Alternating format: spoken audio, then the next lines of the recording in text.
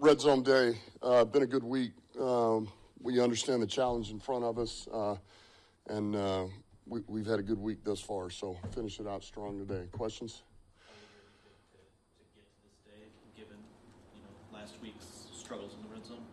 I'm sorry? How eager have you been to get to this day, this week, just to work on the corrections from last week? Yeah, I think we all feel that way, and I know us as coaches, but the players too. You could feel the urgency just in the walkthrough we just did, and I think all of us want to spit that bad taste out of our mouth. So this is step one to get it done.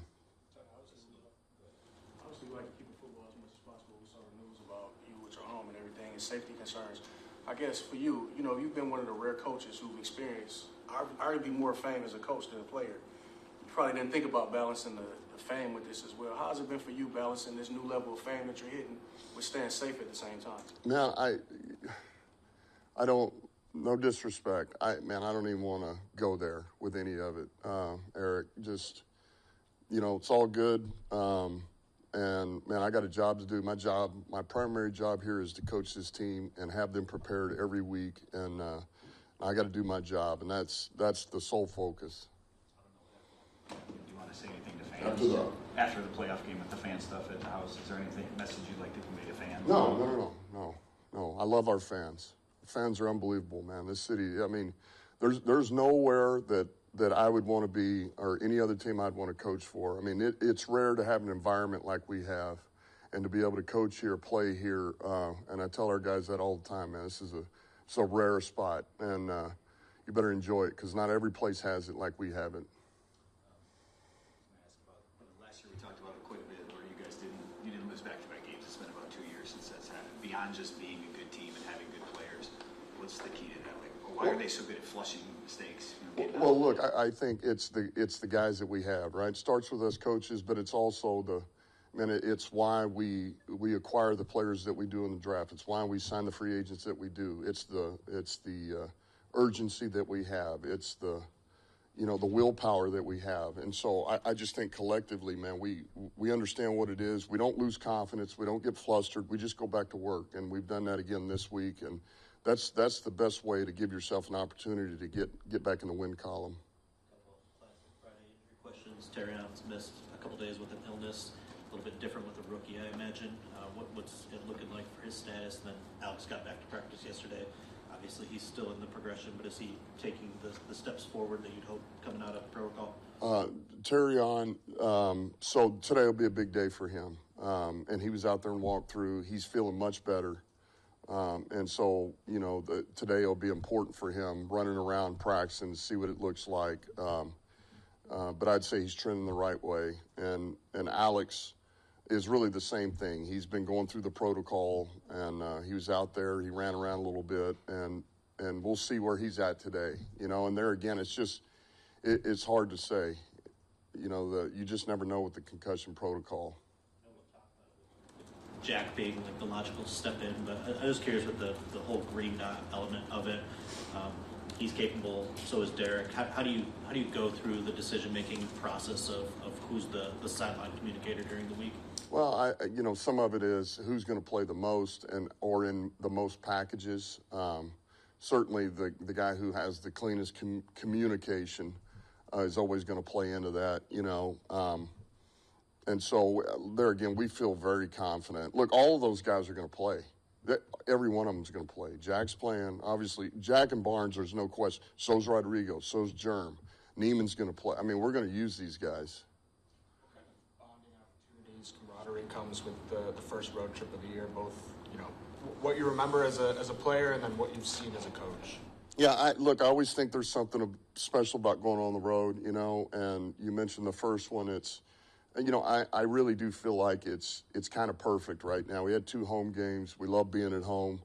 But, we lose a tough one there last week, and I think, man, it can recenter you, because you go on the road, it's just you, and now we'll probably have some fans there. There's no question. But until we give our fans something to cheer about, it's just us. And, they'll be into it over there. Those guys are going to play hard, and so – you just kind of get in your bunker, man, and it's just you guys. And it's I don't know, man. That camaraderie, there's something about it. You know, when you're put under a lot of stress and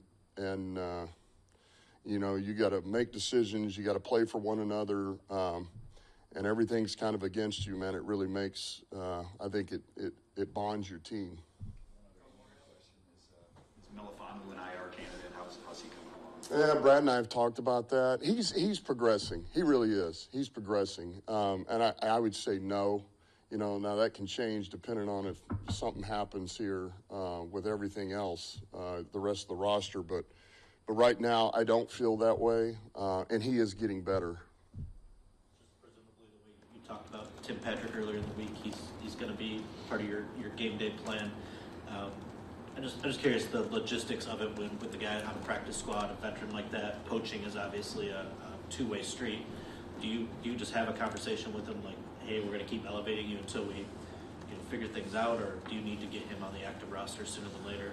Yeah, he what he knows is, hey, man, I'm playing. You know, I'm going to play. And so whether you're putting him on the roster or he's up, you know, we only have 3 of those elevations per player. But we'll cross that bridge when we get to it. If somebody wants to poach, then we got a decision to make. But until then, you know, the plan would be to elevate and use him, you know. So we expect to use him more this week. He's had a good week of practice.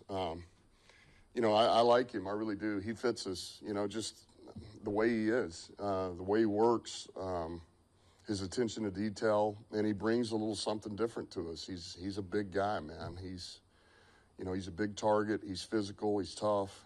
So I'm glad he's here. Last question. Graham, is there any update on him and whether you think he'll play? Yeah, he's good. He's doing well. You know, we took care of him on Wednesday, but he's came back yesterday, practiced, no issues, and so he should be good. How was your line played so far this year? I mean, do you think they're one of the best? I know maybe they had a little hiccup last week. Are you pleased with what they've done overall? Yeah, I think they've done a good job. I mean, look, you ask any of them, they would tell you they hadn't played their best game yet. You know, and us collectively, we have not played our best game yet, offense, defense, and special teams. But that's the whole point of what we're doing now. And it's about playing your best ball by the time you hit the end of the season. And you gotta improve a little bit every week. So, no, I am not discouraged with that group. And look, I go back to this. We knew we were going to throw it quite a bit last week, but anytime you throw over 50 times, you're putting a strain on your O-line. I mean, that's the truth. So, and ultimately, we'd love to be balanced more times than not. And that plays right into the hands of our O-line.